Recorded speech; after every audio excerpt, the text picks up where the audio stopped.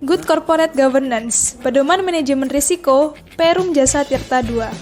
Jasa Tirta II sebagai perusahaan BUMN pengelola SDA dari hulu ke hilir, yang memiliki visi yaitu pemantapan bisnis perusahaan sebagai perusahaan terkemuka di Asia Tenggara di bidang pengelolaan sumber daya air dan semua turunannya.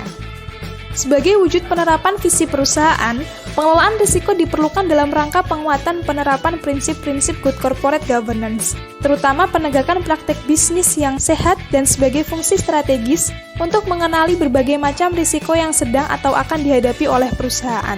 Terdapat 5 tata kelola risiko perusahaan diantaranya, penerapan struktur organisasi dan tata kelola manajemen risiko perusahaan, menetapkan strategi dan arah penerapan manajemen risiko, integrasi manajemen risiko dalam rencana kerja perusahaan, penetapan selera risiko, dan membangun budaya risiko. Dalam pengelolaan risiko perusahaan terdapat 3 komponen yang saling terkait yaitu prinsip-prinsip manajemen risiko, kerangka kerja dalam mengelola risiko, dan proses pengelolaan risiko. Penerapan struktur organisasi pengelolaan risiko yang terdiri dari fungsi yang mengelola risiko, fungsi yang mengawasi risiko, dan fungsi yang mengevaluasi penerapan manajemen risiko.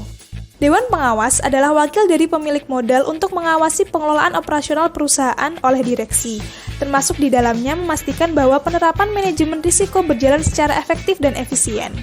Direksi merupakan pemegang mandat pemilik modal dalam hal pengelolaan operasional perusahaan sehingga menjadi penanggung jawab akhir pengelolaan risiko perusahaan. Risk Taking Unit atau RTU terdiri dari unit kerja kantor pusat dan unit kerja wilayah. Masing-masing RTU memiliki risk owner sebagai individu yang memiliki risiko yakni pimpinan unit, dan risk officer sebagai individu petugas yang ditunjuk untuk menilai dan menangani risiko di unit tersebut. Unit kerja wilayah mengelola risiko usaha, operasional, dan pemeliharaan sumber daya air, sumber daya listrik, dan menghasilkan kinerja perusahaan dalam bentuk barang dan jasa yang diserahkan kepada pelanggan. Unit kerja pengelolaan risiko perusahaan bertugas untuk mengembangkan dan memantau implementasi manajemen risiko perusahaan secara keseluruhan. SPI melakukan assurance atau jaminan atau kepastian secara independen bahwa sistem dan prosedur dilaksanakan dengan baik dan sesuai ketentuan. Prinsip manajemen risiko melibatkan 8 komponen yang mendukung terciptanya penciptaan dan perlindungan nilai, create value and protection, dalam rangka meningkatkan laba dan menjaga aset perusahaan. Kerangka adalah rancang bangun konsep sebagai penjabaran dan aplikasi dari prinsip dalam konteks penerapan manajemen risiko di perusahaan umum Jasa Tirta II. Integrasi manajemen risiko artinya keterkaitan antara bagian-bagian struktur organisasi yang bergantung pada tujuan, sasaran, dan kompleksitas perusahaan. Perusahaan harus memeriksa dan memahami konteks bisnisnya yang meliputi konteks eksternal dan internal perusahaan, termasuk pengaruh dan dampaknya terhadap pencapaian sasaran perusahaan. Perusahaan terlebih dahulu harus membuat roadmap manajemen risiko agar dapat mengembangkan rencana yang sesuai, termasuk waktu dan sumber daya. Evaluasi sangat penting dilaksanakan guna mengetahui ketercapaian dalam proses dan hasil dari tiap-tiap manajemen risiko yang dilakukan.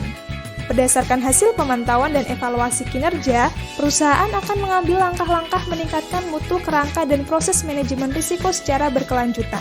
Proses manajemen risiko merupakan rangkaian tahapan efektivitas pengelolaan risiko yang dikembangkan sebagai bentuk penjabaran dari aspek implementasi manajemen risiko pada siklus kerangka manajemen risiko.